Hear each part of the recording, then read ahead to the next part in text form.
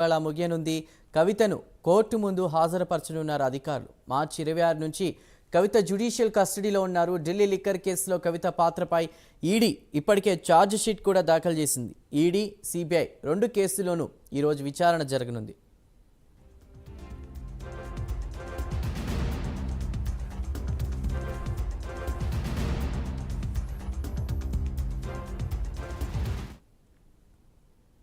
ED charge షీట్ను పరిగణలోకి తీసుకునే అంశంపై కోర్టు విచారణ చేపట్టనుంది. కాగా ఢిల్లీ లిక్కర్ స్కామ్ కేసులో గతంలో జ్యుడిషియల్ కస్టడీ ముగిసినప్పటికీ మే 20వ తేదీ వరకు పొడిగిస్తూ ఢిల్లీలోని సిబిఐ ప్రత్యేక న్యాయస్థానం రౌజ్ అవెన్యూ కోర్టు నిర్ణయం తీసుకుంది. ఈ మేరకు కవితకు మరో 14 రోజుల పాటు జ్యుడిషియల్ కస్టడీ పొడిగించాలని కోర్టును ఈడీ కోరింది.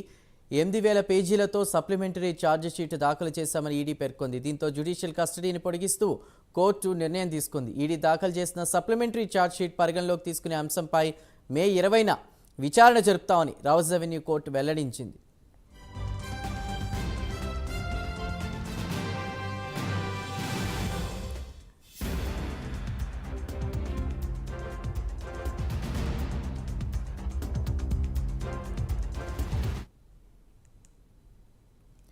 రైట్, ఇక ఢిల్లీ లిక్కర్ స్కామ్ కేసులో బీఆర్ఎస్ ఎమ్మెల్సీ కవిత జ్యుడిషియల్ కస్టడీ వాళ్ళ ముగియనుంది. కవితను కోర్టు ముందు హాజరుపరచనున్నారు అధికారులు. దీనికి సంబంధించిన పూర్తి సమాచారాన్ని మా ప్రతినిధి రామకృష్ణ అందిస్తారు. రామకృష్ణ, ఢిల్లీ లిక్కర్ స్కామ్ లో బీఆర్ఎస్ ఎమ్మెల్సీ కవిత జ్యుడిషియల్ కస్టడీ ఈ రోజు ముగుస్తుంది. మరి ఈ నేపథ్యంలో ఆమెని వర్చువల్ గా కోర్టుకి హాజరుపరుస్తారని సమాచారం అందుతుంది.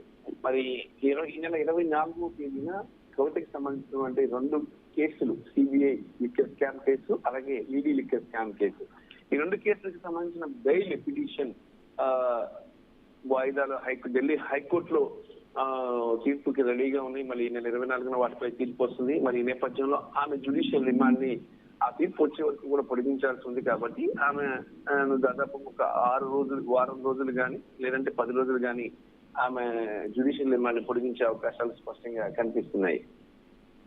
Right Ramakrishna, thank you.